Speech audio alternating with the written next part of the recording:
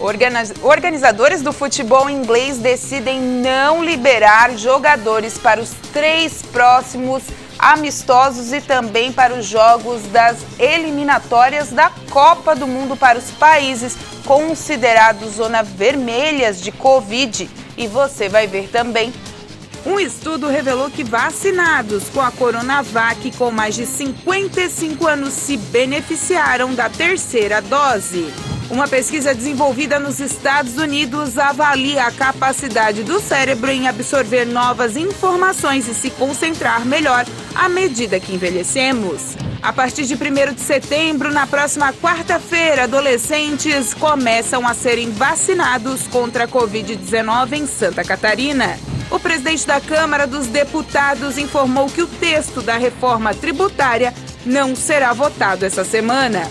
Projeto Karatê de Rendimento de Sara volta a ganhar destaque nacional e internacional. Governador Carlos Moisés visita Extremo Sul e Sul Catarinense, liberando verbas para vários municípios. Essas e outras notícias você acompanha a partir de agora no Informe Região.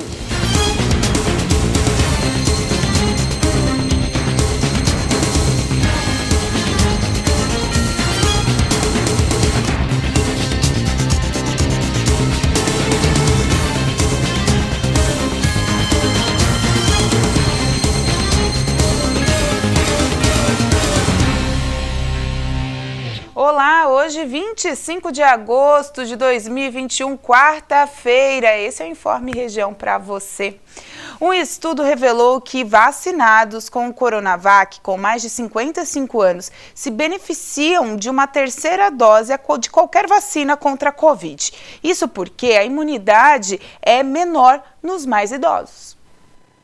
Uma pesquisa feita pelo Instituto do Coração e pela Universidade de São Paulo mostrou que a capacidade do organismo de provocar resposta imune é maior em quem já se recuperou da Covid-19 do que em pessoas acima dos 55 anos que completaram o esquema vacinal com a Coronavac. Com isso, os autores dizem que a 3ª dose, ministrada com outro imunizante, pode beneficiar essa parcela da população. Segundo os pesquisadores, 95% dos participantes vacinados com a Coronavac desenvolveram resposta imune contra o coronavírus. Nos recuperados, a taxa foi de 99%. A diferença entre os grupos é maior no que diz respeito a uma resposta protetora completa, que sinaliza a presença no organismo tanto de anticorpos quanto de células de defesa. Essa resposta foi registrada em cerca de 70% daqueles que se recuperaram da doença, mas apenas em 59% dos vacinados.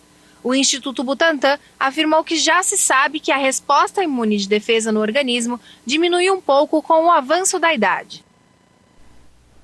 E a CPI da Covid ouviu o empresário Emanuel Cartori, diretor da Precisa, da Belker Farmacêutica. A empresa se apresentava como representante da vacina do laboratório chinês CanSino na negociação com o governo brasileiro.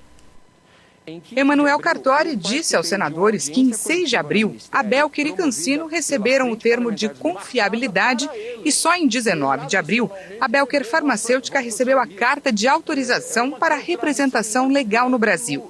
No dia 15 de abril, o ministro da Saúde, Marcelo Queiroga, recebeu representantes do Grupo Belker que pretendia importar a vacina produzida pelo laboratório chinês CanSino no Ministério e teve a participação do deputado Ricardo Barros. O relator, Renan Calheiros, disse que ele já estava em contato com o laboratório chinês e que há contradições no depoimento. Vossa Senhoria, permita-me dizer, começa muito mal o seu depoimento, com óbvias contradições, não é? E tentando passar a ideia de que o encontro com o Ricardo Barros, ele não poderia ter tratado dessa questão, porque essa questão não tinha sido ainda tratada, uma vez que a farmacêutica CanSino não havia credenciado a Belcher para tratar do assunto, e não é verdade, já havia uma carta de confidencialidade. Com todo respeito, Excelência, não tem nenhuma contradição. Quando a gente assina uma carta estabelecemos um termo de confidencialidade, em nenhum momento a gente pode falar em nome da vacina enquanto nós não recebemos a autorização. E nesta reunião, sequer a gente falou uma palavra sobre a vacina. Uma pesquisa desenvolvida pelo Departamento de Neurociência da Universidade de Georgetown, nos Estados Unidos, está concluindo que a capacidade do cérebro em absorver novas informações e de se concentrar vão melhorando com o passar da idade. De acordo com reportagem do jornal The Times do Reino Unido, os cientistas afirmaram que esses aspectos da cognição podem ajudar na tomada de decisões e no autocontrole, além de contribuir para a navegação, matemática, linguagem e leitura. A pesquisa contou com 702 participantes com idades entre 58 e 98 anos que fizeram o teste da rede de atenção. O desafio era sentar-se em frente a uma tela de computador, na qual aparecerá uma seta. O participante tinha que indicar o mais rápido possível se a seta está apontando para a direita ou para a esquerda. Segundo os pesquisadores, o teste foi usado para estudar 3 aspectos básicos do desempenho do cérebro: estado de alerta, orientação e rede executiva. No teste de alerta por envolver agilidade, quanto mais velhos eram os participantes, mais lentos eles se saíam. Isso indicou que esta dimensão da cognição se deterioraria com a idade. Já no teste de orientação, os participantes mais velhos usavam a indicação para determinar qual seria a direção da seta, mostrando que essa habilidade melhora com a idade. Para a rede executiva, a seta era cercada por outros símbolos.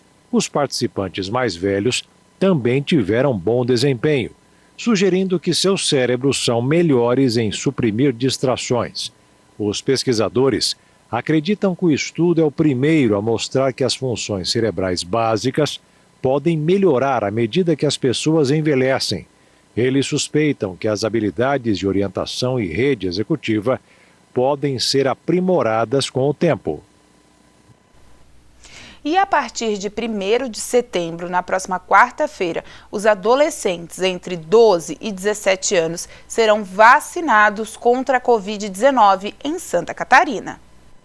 Conforme o anúncio do governador Carlos Moisés, a vacinação dos adolescentes com a idade entre 12 e 17 anos contra a Covid-19 começa no dia 1º de setembro, logo após a finalização da aplicação da primeira dose na população adulta com 18 anos ou mais. A estratégia já havia sido autorizada pelo Ministério da Saúde e será realizada apenas com doses da vacina da Pfizer, única aprovada pela Anvisa até o momento para a faixa etária. Desta forma, os municípios catarinenses deverão destinar 10% das doses recebidas para vacinar os adolescentes com comorbidades, deficiências permanentes graves, gestantes, puérperas e lactantes, e os outros 90% para aplicação nos demais adolescentes por faixa etária, sempre de forma decrescente da maior idade para menor, conforme envio das doses pelo Ministério da Saúde. Os critérios para a vacinação deste público foram definidos e pactuados entre Estado e municípios na reunião da Comissão Intergestora Bipartite,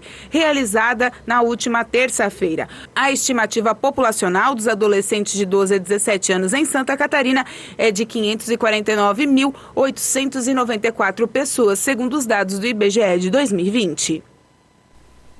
A seguir, o presidente da Câmara tira a pauta da reforma tributária.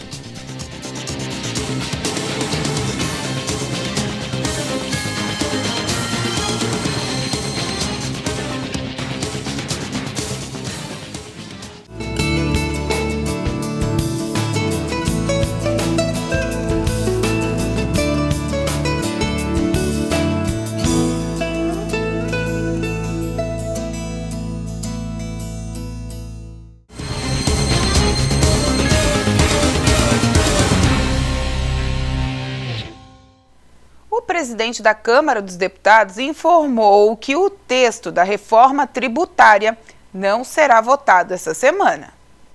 O presidente da Câmara, deputado Arthur Lira, informou em evento para investidores nesta terça-feira que retirou da pauta da semana do plenário o texto da reforma tributária que altera as regras sobre o imposto de renda. Segundo Lira, a proposta foi retirada de pauta para que haja mais debate sobre o tema, já que há uma forte movimentação de estados e municípios contrários ao texto por temerem queda de arrecadação. Lira disse ainda que muitos setores contrários à reforma não querem perder privilégios tributários e se aproveitam da preocupação dos estados e municípios para articular contra a matéria no plenário.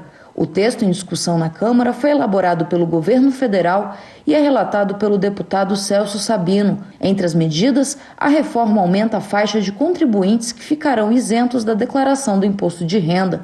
Essa semana, a Câmara tem na pauta projeto que disciplina as atividades de teletrabalho para empregadas gestantes, a criação da Política Nacional de Formação de Docentes da Educação Básica, além de emenda à Constituição que inclui proteção de dados pessoais entre os direitos e garantias fundamentais. Em votação secreta, o plenário do Senado aprovou por 55 votos a 10 e uma abstenção a recondução de Augusto Aras para o cargo da Procuradoria-Geral da República. Antes mesmo da reunião na CCJ do Senado, Aras teve uma vitória na Justiça. O Supremo Tribunal Federal rejeitou o pedido de 5 membros do Conselho Superior do MPF contra Augusto Aras. Eles questionaram o que chamaram de manobras irregulares na atuação do procurador, alegando que Aras e o vice-procurador da República, Humberto Jacques, foram omissos em investigações ligadas ao presidente da República. No entanto, o ministro do STF, Dias Toffoli, afirmou que eles não conseguiram provar as tais manobras. Na decisão que a reportagem da RIT TV teve acesso, o ministro considera que os documentos apresentados são insuficientes para constar ato concreto, bem como atestar a responsabilidade do PGR ou seu vice, sendo a acusação mera ilação e não se verificando nenhuma ilegalidade ou abuso de poder. Um outro pedido de investigação feito por senadores de oposição ao Supremo foi arquivado por Alexandre de Moraes, que considerou não haver elementos mínimos que demonstrem a omissão de Aras. Já na Comissão de Constituição e Justiça, presidida pelo senador Davi Alcolumbre, Augusto Aras foi sabatinado pelos senadores. Parlamentares de oposição citaram as ações do Supremo e o senador Fabiano Contarato informou que irá recorrer da decisão de Moraes. Augusto Aras, ao fazer uso da palavra, afirmou que o alinhamento do Ministério Público é com a Constituição e que, em muitos casos, discordou de pedidos feitos pelo governo federal. Que o Ministério Público não é de governo, nem é de oposição. O Ministério Público é constitucional. E esta importância constitucional faz com que não se meça a posição, a eficiência, o trabalho do Procurador-Geral da República por alinhamento ou desalinhamento com posições ideológicas ou políticas de quem quer que seja. Aras também fez um balanço das ações realizadas desde setembro de 2019, quando assumiu a Procuradoria-Geral da República por indicação do presidente Jair Bolsonaro. Aras destacou ações em prol do meio ambiente, fiscalização de recursos e combate à pandemia. Na crise do fornecimento de oxigênio, o GIAC acompanhou a situação em várias unidades federativas, com a solicitação de tomada de providências para evitar o desabastecimento em relação aos estados do Amazonas, Mato Grosso, Piauí, Pará, Roraima, Rondônia e Amapá. Em relação ao chamado kit intubação, foram realizadas mais de 100 ações, todas documentadas, entre solicitações de providências, encaminhamentos de ofícios, realização de reuniões e encontros, que viabilizaram e auxiliaram na distribuição de mais de 4 milhões de unidades de medicamentos hospitalares. Por meio do GIAC, portanto, acompanhamos para e passo cada uma das fases da epidemia em todo o território nacional, coletando e disponibilizando informações e orientações que têm possibilidade de uma resposta pronta do Ministério Público a cada um dos desafios que a crise sanitária nos impõe em todos os níveis da federação. Aras também criticou os gastos da força-tarefa da Lava Jato e informou o fim da operação. A ausência de critérios objetivos, não só para o estabelecimento, mas também para a destinação de valores resultantes de acordos de colaboração premiada e pagamento de multas, além de altos custos com diárias, passagens, seguranças e escoltas de membros. O modelo não se revelou sustentável do ponto de vista administrativo, orçamentário e mesmo finalístico, uma vez que se verificava inobservância do princípio do promotor natural, ao submeter membros a seus pares, com quebra da independência funcional. Assim é que cuidamos de manter uma estreita relação com o Tribunal de Contas da União, para fazer a verificação dos pagamentos de diárias em excesso, passagens aéreas em excesso, e assim buscarmos um orçamento e uma aplicação das despesas de forma saudável. O TCU não tem nos faltado na fiscalização da gestão como lhe incumbe fazer nos termos da Constituição. O modelo das forças-tarefas com pessoalização culminou em uma série de irregularidades que vieram a público, tais como os episódios revelados na Vaza Jato, a frustrada gestão de vultosas quantias arrecadadas em acordo de colaborações e acordos de leniência, por meio de fundos não previstos em lei. A votação pela recondução de Aras ficou em 21 votos a favor e 5 contra. Após a aprovação da maioria dos senadores da Comissão de Constituição e Justiça, Augusto Aras precisa do aval do plenário do Senado para seguir no cargo de Procurador-Geral da República. São necessários pelo menos 41 votos. Com a autorização do plenário, Augusto Aras segue como Procurador-Geral da República até 2023. O Procurador-Geral da República é o chefe do Ministério Público Federal e exerce funções do MP junto ao STF e STJ, além de atuar como Procurador-Geral Eleitoral. O PGR deve ser ouvido em todos os processos nessas cortes.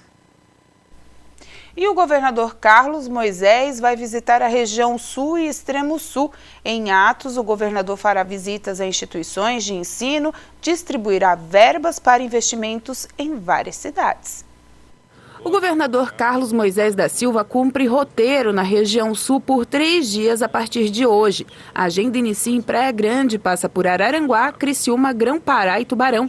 Em Praia Grande, hoje acontece a assinatura do edital de licitação para a obra de implantação e pavimentação da SC 29, trecho entre Praia Grande e a Serra do Faxinal.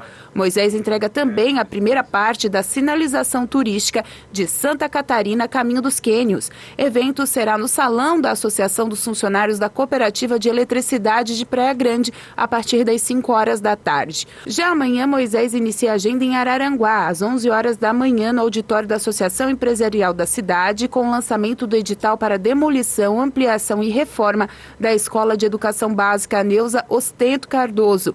Também repassa recursos para a portaria de habitação de leitos da UTI Covid. Às 3 horas da tarde, em Criciúma, o governador fará a visita à Sociedade de Assistência aos Trabalhadores do Carvão, a SATIC, e às 7 da noite acontece o ato no Teatro Elias Angeloni com repasse de valores de convênio para hospitais nos municípios de Criciúma, Nova Veneza e Sara, além da assinatura do convênio com a Casan para recuperação de pavimentação asfáltica em Criciúma. A ordem é de R$26 milhões. O pacote de investimentos da Prefeitura de Criciúma deve somar R$56 milhões. Na sexta-feira, o governador estará em Grão-Pará e Tubarão. Nos municípios serão assinadas as ordens de serviço para a pavimentação da Serra do Corvo Branco, na SC 370, e a rodovia que liga Pedras Grandes a Tubarão, além da assinatura do convênio para a pavimentação do Áugio de Medeiros, que liga Tubarão à Laguna, e o acesso a Sangão. E a seguir, karatecas e sarenses partem para grandes desafios dentro e fora do país.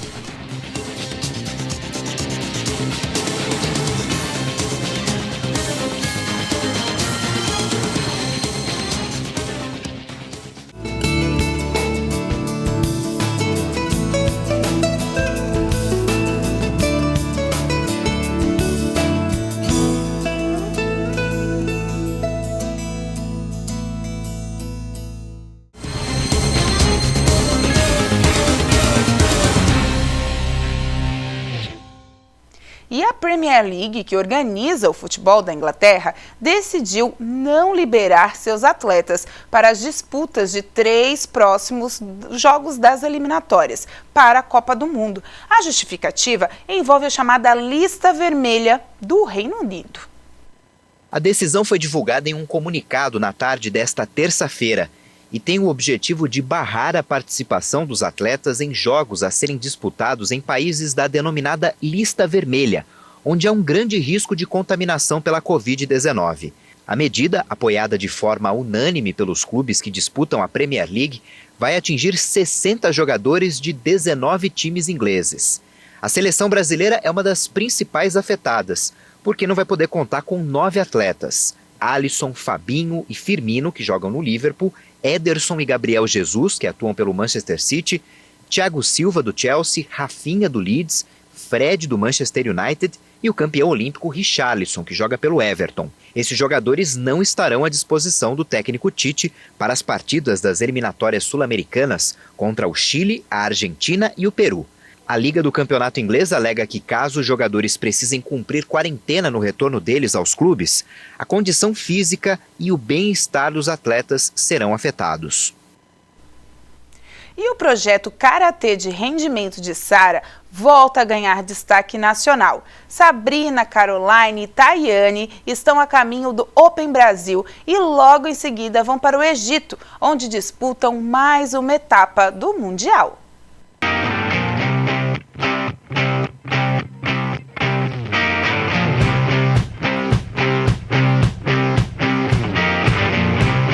E se é para ser esporte de rendimento, nada melhor que ter como referência o Karatê de Sara. Ao todo, são 110 atletas que passam pelas mãos do técnico Everaldo Pereira e levam o esporte a sério. Tanto que há 3 anos o nome da cidade tem circulado bastante pelas competições internacionais.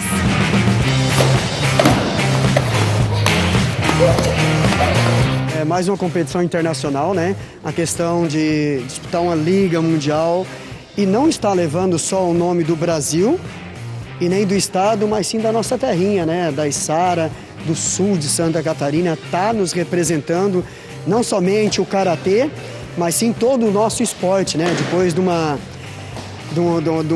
dos Jogos Olímpicos que aconteceu agora há pouco tempo, então vamos tentar trazer uma medalha dessa etapa da Liga Mundial. Já com experiência internacional, depois da etapa do Open Brasil em Fortaleza, elas vão para o Cairo, no Egito, disputar mais uma etapa do Mundial. O objetivo de a gente estar indo agora para o Egito é plantar uma sementinha para colher frutos lá nas Olimpíadas de 2024. E essa é uma etapa muito importante para a nossa carreira, se não a mais importante, assim. A gente está treinando muito para estar plantando essa sementinha para colher agora no próximo Mundial. E, enfim, várias competições. Então, essa é a competição a ser batida, assim.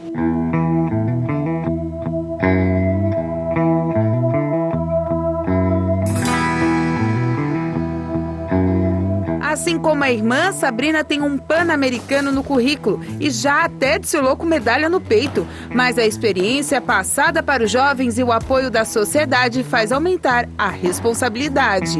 A gente mantém um foco, né? Desistir jamais. Passamos por algumas dificuldades, mas a gente tem que manter o foco, tem que seguir em frente. E uma das maiores inspirações realmente é as pessoas que se dizem motivadas pela gente, que mandam as mensagens, te acompanho, tu é a minha inspiração, a gente se motiva muito e isso nos traz assim, uma motivação e um incentivo maior de estar continuando, conseguindo mais títulos, mais objetivos, mais metas aí para quem estiver acompanhando a gente. Nossa, ela conseguiu e ela é daqui da nossa terrinha, eu vejo ela, estudei com ela, faço faculdade com ela, então isso é muito motivador pra gente, quem tá nos acompanhando, né? A mais nova da turma não é menos experiente, já tem passagem por competição na América Latina, mas não esconde a expectativa de ir um pouco mais longe e quem sabe trazer uma medalha. Olha, é a primeira viagem internacional assim, fora das Américas, né? Primeira viagem assim que tá dando aquele nervosinho na barriga, né? Principalmente porque vai ficar um mês fora. Então, sair totalmente da zona de conforto. Vou viver inúmeras culturas ao mesmo tempo, né? Sai de um, vai para outro. Então, ainda mais ir para um campeonato mundial, né? Porque é uma Premier League em nível mundial, que junta todos os melhores do mundo, então é uma sensação única. Acho que a gente treinou muito para isso, a gente está preparada e eu acho que vai dar muito bom. E vamos estar aqui na torcida para dar bom sim, Tayane. A primeira competição será o Open Nacional de Karatê em Caucaia, no Ceará, entre os dias 27 e 29 de agosto. De lá, a comitiva içarense parte para o Cairo, no Egito, onde participará também de uma etapa da Liga Mundial entre os dias 3 e 5 de setembro. Boa sorte, meninas!